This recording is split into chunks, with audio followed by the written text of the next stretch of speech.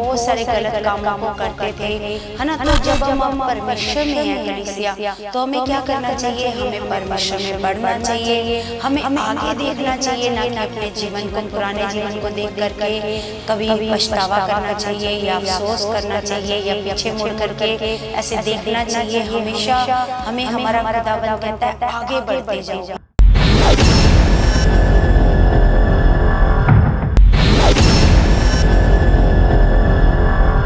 Praise the Lord everyone, God bless you all. परमेश्वर आप सबको बहुत सारी बरकतें और आशीषें मसीह में दे चुके हैं। वो महान खुदा, वो सर्वशक्तिमान परमेश्वर हम सबके बीच में मौजूद है कलीसिया, उसकी मौजूदगी हमारे बीच में मौजूद है। तो सच में परमेश्वर महान पिता है जिसने हम सबको अंधकार में से निकाला है कलीसिया। सच में हम लोग भटक रहे थे, हम अपने परमेश्वर को नहीं जानते थे, हमारा परमेश्वर कौन है, हमारा बनाने वाला पिता कौन है, हम नहीं जानते थे कलीसिया। लेकिन परमेश्वर का हम धन्यवाद करते हैं कि परमेश्वर ने हम लोगों को चुना, अपने राज्य की समझ दी, अपने राज्य की बातों को हमें समझाया। तो इन सब बातों के लिए हम अपने पिता परमेश्वर का बहुत सारा धन्यवाद करते हैं कलीसिया। तो जिस प्रकार परमेश्वर ने हम लोगों को परमेश्वर ने सिखाया है हर बात के लिए, तो हम परमेश्वर का हर दिल से हर बात के लिए धन्यवाद करते हैं कलीसिया।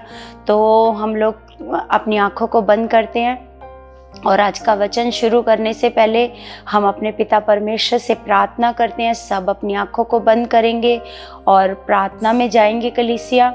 सर्वशक्तिमान खुदावंद, मैं आपका धन्यवाद करती हूँ परमेश्वर जी, मैं आपका धन्यवाद करती हूँ परम पवित्र परमेश्वर, आज के सुंदर समय के लिए परमेश्वर, जो आपने हम सबको ये सुंदर समा दिया है मेरे पिता परमेश्वर जी, मेरे महान पिता परमेश्वर जी। आपने परमेश्वर अपने वचनों के द्वारा परमेश्वर में उत्साहित करने के लिए हमें यहाँ पर इकट्ठा किया है खुदावंद परमेश्वर। सच में खुदावंद आपकी बड़ी दया के लिए, आपके बड़े प्रेम के लिए खुदावंद मैं आपका धन्यवाद करती हूँ मेरे परम पवित्र परमेश्वर, मेरे महान खुदावंद। सच में परमेश्वर जी, मैं आपके सारे बच्चों को खुदावंद जो इस वीडियो को सुनते हैं खुदा, मैं उन सबको तेरे सामर्थ्य और बलवंत हाथ में सौंपती हूँ खुदावंद परमेश्वर। मैं इन सबके लिए मांगती हूँ खुदा, आज इनका मन खुले परमेश्वर, आत्मिक आंखें खुले परमेश्वर, आपके वचनों की समझ परमेश्वर आप अपने बेटे बेटियों को दे चुके हो खुदावंद परमेश्वर। तेरा सामर्थ्य आत्मा खुदावंद इनके जीवनों में कार्य कर चुका खुदावंद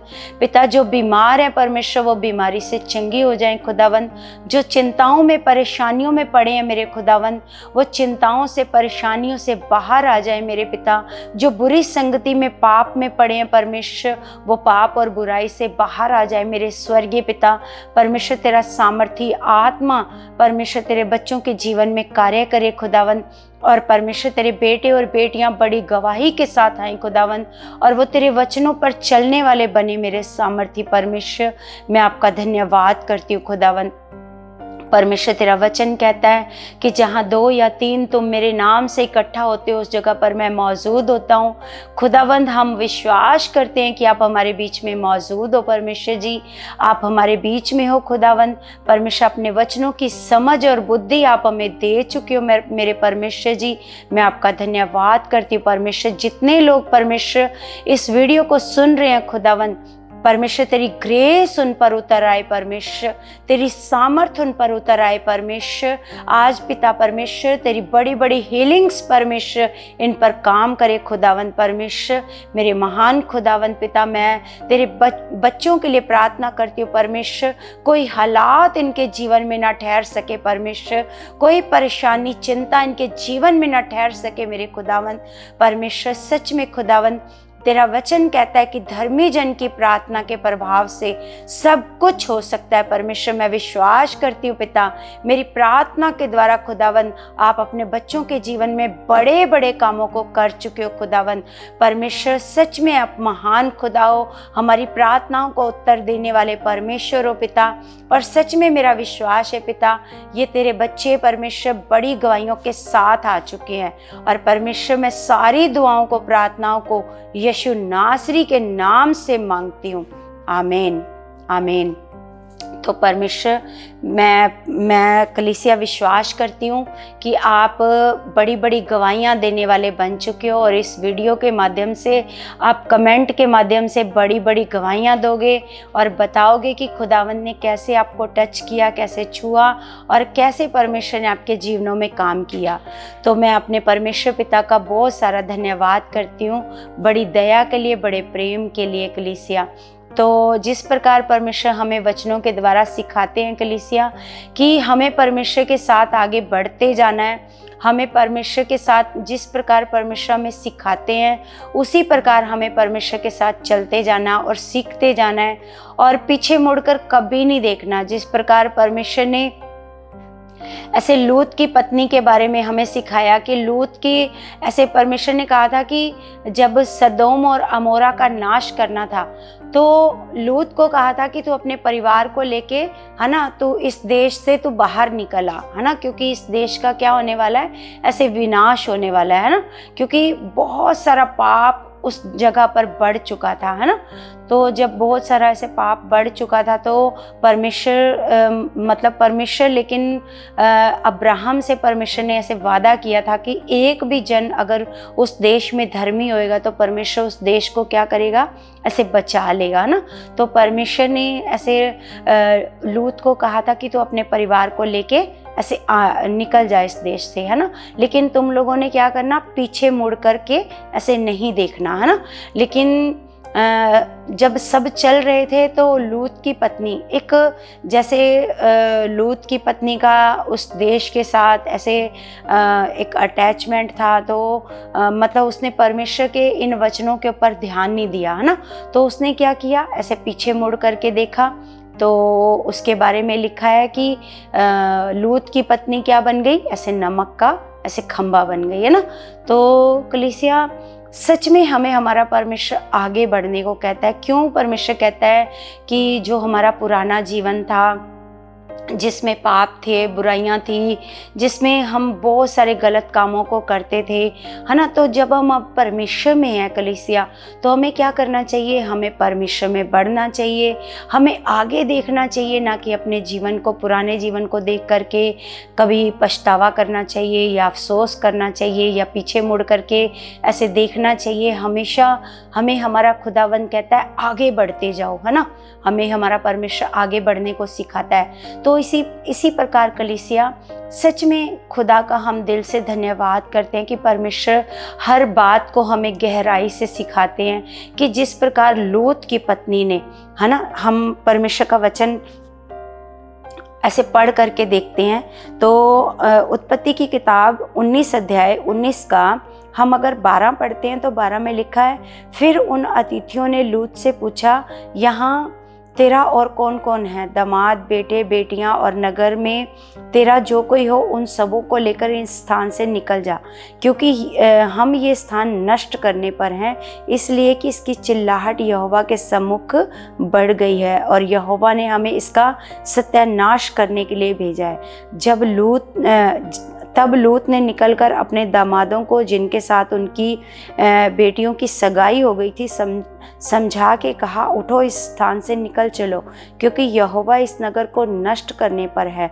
पर वह अपने दामादों की दृष्टि में ठट्ठा करने वाला जान पड़ा। जब उसने अपने दामादों को कहा तो उन्होंने ऐसे मजाक उड़ाया, है ना। लूत का क्या उड़ाया, ऐसे मजाक उड़ाया। लिखा, जब पाँव फटने लगी तब दूतों ने लूत से जल्दी करने को कहा और बोले, उठ, अपनी पत्नी और दोनों बेटियों को जो यहाँ हैं ले जा, नहीं तो तू भी इस नगर के अधर्म में भस्म हो जाएगा।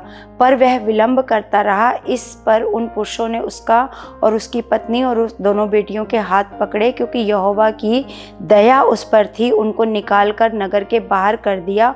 और ऐसा हुआ कि जब उन्होंने उनको बाहर निकाला तब कहा, अपना प्राण लेकर भाग जा, पीछे की ओर ना ताकना, है ना, और तराई भर में ना ठहरना, उस पहाड़ पर भाग जाना, नहीं तो तू भी भस्म हो जाएगा। तो क्या कहा था स्वर्गदूतों ने लूत को और लूत के परिवार को कि तूने क्या करना है, तू यहाँ से ऐसे जल्दी से ऐसे निकल जा और तूने क्या करना है, पीछे मुड़ करके ऐसे नहीं देखना है। तो मतलब ये कोई नॉर्मल बात नहीं थी कलीसिया, लेकिन लूत की पत्नी ने इस बात को ऐसे ध्यान नहीं दिया, है ना। तो जब उसने कहा कि तूने तराई में भी नहीं ठहरना, सीधा कहाँ चले जाना, ऐसे पहाड़ पर चले जाना, नहीं तो तू भी क्या हो जाएगा, ऐसे भस्म हो जाएगा, क्योंकि वो पूरा ऐसे आग से जलने वाला था वो नगर, है ना। तो आगे लिखा, लूत ने उनसे कहा, हे प्रभु ऐसा ना कर, देख तेरे दास पर तेरी अनुग्रह की दृष्टि हुई है और तूने इससे बड़ी कृपा दिखाई है, इसमें बड़ी कृपा दिखाई है कि मेरे प्राण को बचाया है, पर मैं पहाड़ पर भाग नहीं सकता, कहीं ऐसा ना हो कि कोई विपत्ति मुझ पर आ पड़े और मैं मर जाऊं। देख वह नगर ऐसा निकट है कि मैं वहां भाग सकता हूं और वह छोटा भी है, मुझे वहीं भाग जाने दे। क्या वह नगर छोटा नहीं है और मेरा प्राण बच जाएगा? उसने उससे कहा, देख मैंने इस विषय में तेरी विनती स्वीकार की है कि जिस नगर की चर्चा तूने की है उसको मैं नष्ट ना करूँगा। फुर्ती से भाग जा, फुर्ती से वहाँ भाग जा, क्योंकि जब तक तू वहाँ ना पहुँचे तब तक मैं कुछ ना कर सकूँगा। इस कारण उस नगर का नाम सोअर पड़ा, है ना। लिखा, लूत के सोअर के निकट पहुंचते ही सूर्य पृथ्वी पर उदय हुआ। तब यहोवा ने अपनी ओर से सदोम और अमोरा पर आकाश से गंधक और आग बरसाई और उन नगरों को और संपूर्ण तराई को और नगरों के सब निवासियों को भूमि की सारी उपज समेत नष्ट कर दिया। लिखा, लूत की पत्नी ने जो उसके पीछे थी दृष्टि फेर के पीछे की ओर देखा और वह नमक का खंबा बन गई। तो हम क्या देखते हैं कलीसिया कि मतलब परमेश्वर हमें क्यों कहता है कि अपने पुराने जीवन को आप ऐसे ना याद करो, ना देखो पीछे मुड़ करके, है ना। क्योंकि जिस जीवन से हमें परमेश्वर निकाल करके लाया है, पाप वाले जीवन से हमें हमारे खुदा ने निकाला है ना, हम पर दया की है, तो परमेश्वर क्या चाहता है? परमेश्वर ये चाहता है कि हम मुड़कर दोबारा ना देखें, हम परमेश्वर की सामर्थ को देखते जाएं, उसकी ग्रेस को देखते जाएं। कई लोग क्या करते हैं कलीसिया, कई लोग अपने पुराने पापों को बहुत याद करते हैं, है ना, अपनी पुरानी बुराइयों को बहुत याद करते हैं या अपने पुराने जीवन को बहुत याद करते हैं, लेकिन परमेश्वर ये नहीं चाहता। परमेश्वर ये चाहता है कि आप बस आगे बढ़ो और बस जो परमेश्वर आपको सिखा रहा है उसी प्रकार आप चलते जाओ, बढ़ते जाओ परमेश्वर में, है ना, ताकि परमेश्वर का अनुग्रह, परमेश्वर की दया आप पर सदा बनी रहे। और जिस प्रकार परमेश्वर ने लूत को और उसकी पत्नी को, परिवार को सिखाया था कि पीछे मुड़ करके नहीं देखना, लेकिन लूत की पत्नी ने स्वर्गदूतों की बात को नहीं सुना। तो जब नहीं सुना तो उसको वो क्या बन गई, एक नमक का खंबा बन गई, है ना। तो मतलब हम देखते हैं कि जब हम परमेश्वर की आज्ञा को नहीं सुनते हैं, हम परमेश्वर की बात को नहीं सुनते, क्योंकि खुदा का जो वचन है कलीसिया, खुदा के मुख से निकला हुआ वचन है और एक एक वचन हमारी भलाई के लिए लिखा गया है, हमारे सीखने के लिए लिखा गया है, हमारे आगे बढ़ने के लिए लिखा गया है। परमेश्वर हमें सिखाना चाहता है, परमेश्वर हमें आगे बढ़ाना चाहता है। तो जो परमेश्वर ने हमें दिया है, परमेश्वर ने अपने वचनों के द्वारा, तो परमेश्वर अपने वचन के द्वारा परमेश्वर ये चाहते हैं कि हम वचनों के द्वारा आगे बढ़ें, वचनों को सीखें, है ना। हम कभी भी पुराने जीवन की ओर ना देखें, बस परमेश्वर के साथ आगे बढ़ते जाएं और नया नया जो हमें परमेश्वर सिखा रहे हैं, है ना, उनको अपने जीवन में क्या करें, अप्लाई करें और उन वचनों पर हमेशा चलने वाला मन अपने खुदा से मांगें कि खुदावंद आप मुझे वो मन दे चुके हो जो परमेश्वर आप चाहते हो, जैसा विश्वास आप चाहते हो परमेश्वर वो मुझे दे चुके हो। खुदावंद मैं आपके आत्मा में बढ़ चुकी हूँ, जैसा आप चाहते हो वैसा आप अंगीकार करो। परमेश्वर आपको बहुत सारा आत्मा में बढ़ा चुके हैं, खुदा की सामर्थ आप पर कार्य कर चुकी है कलीसिया। मेरा ये विश्वास है कलीसिया, अगर आप खुदा के वचनों को लगातार पढ़ना शुरू करोगे तो आपको परमेश्वर एक नई समझ के साथ ब्लेस करेगा। जो हमारी पुरानी समझ थी, जो हमारी संसार की समझ थी, उससे कलीसिया हम कभी भी खुदा के कामों को नहीं देख सकते। अगर आपको खुदा के कामों को देखना है तो खुदा से, परमेश्वर से उसकी समझ को आपने मांगना है ना। तो परमेश्वर की समझ हमें कैसे मिलेगी? परमेश्वर के वचनों को पढ़ने से, परमेश्वर के साथ अपना रिश्ता मजबूत करने से, अपने रिश्ते को क्या करना है, प्रार्थना के द्वारा अपने रिश्ते को पिता के साथ क्या करना है, ऐसे मजबूत करना है ना। जब आप परमेश्वर के साथ अपने रिश्ते को मजबूत करोगे, रोज़ खुदा के वचनों में समय बिताओगे, तो रोज़ खुदा के वचनों को पढ़ोगे, पवित्र आत्मा से कहोगे, पवित्र आत्मा जी मुझे इन वचनों की आप समझ दे चुके हो, है ना, मुझे बुद्धि और समझ दे चुके हो, तो परमेश्वर का आत्मा क्या करेगा, आपकी मदद और सहायता करेगा। क्योंकि प्रभु ने कहा था जो पवित्र आत्मा परमेश्वर आपको देगा वो आपका सहायक होएगा, वो आपकी मदद करेगा, वो आपकी सहायता करेगा, है ना। और जिन बातों को आप नहीं जानते उन बातों को सिखाएगा परमेश्वर का आत्मा। तो हम जैसे संसार से आए हैं कलीसिया, हमें आत्मिक बातों का नहीं पता, आत्मिक ज्ञान का नहीं पता, तो आत्मिक ज्ञान हमें कौन सिखाएगा, परमेश्वर का आत्मा। वो हमारा मददगार है, वो हमारा सहायक है, वो स्वर्ग से आया है और स्वर्ग की बातें, परमेश्वर पिता के मन की बातों को वो हमें सिखाएगा कलीसिया, है ना। तो हमें किस प्रकार परमेश्वर के साथ आगे बढ़ना है, किस प्रकार जीवन बिताना है, ये परमेश्वर का आत्मा आपको सिखाएगा, है ना। लेकिन ये तभी होएगा जब आप खुदा के वचनों में समय बिताओगे, बाइबल रीडिंग में बढ़ोगे, है ना, प्रार्थना में अपने रिश्ते को मजबूत करोगे, तो परमेश्वर क्या करेगा, आपको ऐसे आत्मिक समझ में बढ़ाता जाएगा ना। तो कलीसिया आपने क्या करना है, अपना ज़्यादा समय अपने पिता के साथ बिताना है, प्रार्थना में बिताना है ना। और जैसे ये दिसंबर का महीना ऐसे शुरू हो गया है कलीसिया, हम देखते हैं दिसंबर महीना उद्धार का महीना, छुटकारे का महीना। इस महीने में हमारे प्रभु यीशु मसीह ने जन्म लिया हमारे पापों के लिए, है ना। हमारा उद्धारकर्ता पैदा हुआ हमारे उद्धार करने के लिए, हमें पापों से छुटकारा देने के लिए। तो इस महीने में और भी प्रभु की ग्रेस काम करती है, छुटकारा काम करता है। आपने इस महीने में अपनी प्रेयर को बढ़ाना है, बाइबल रीडिंग को बढ़ाना है, और आपने खुदा के साथ एक रिश्ते को मजबूत करना है ना। तो मेरा ये विश्वास है कलीसिया कि आपका रिश्ता परमेश्वर के साथ बहुत मजबूत हो चुका है और आप पिता के साथ समय बिताने वाले बन चुके हो, परमेश्वर की बातों को समझने वाले आप बन चुके हो, परमेश्वर ने आपकी आत्मिक आंखों को खोल दिया है, ये मेरा विश्वास है कलीसिया ना। तो सच में कलीसिया, जो हमने परमेश्वर से ऐसे स्टार्टिंग में ऐसे प्रार्थना की है, मेरा विश्वास है आप बड़ी बड़ी गवाहियों के साथ आ चुके हो ना।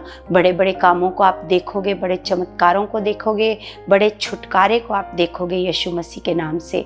तो कलीसिया मैं ऐसे रिक्वेस्ट करती हूँ कि आपने इस चैनल को ज़्यादा से ज़्यादा सब्सक्राइब करना है, लाइक करना है, शेयर करना है, और इस वीडियो में आपने कमेंट भी करना है कलीसिया, है ना। कमेंट करके बताना है हर मतलब जो भी आपकी कोई गवाही बनी है या आपके साथ कोई काम हुआ है परमेश्वर का, तो आपने कमेंट के द्वारा ऐसे बताना है इस वीडियो में, है ना। तो मेरा ये विश्वास है परमेश्वर आपको बहुत सारा ब्लेस कर चुके हैं, तो परमेश्वर आपको बहुत सारी आशीष दे चुके हैं यीशु मसीह के नाम से। सबको जय मसीह की।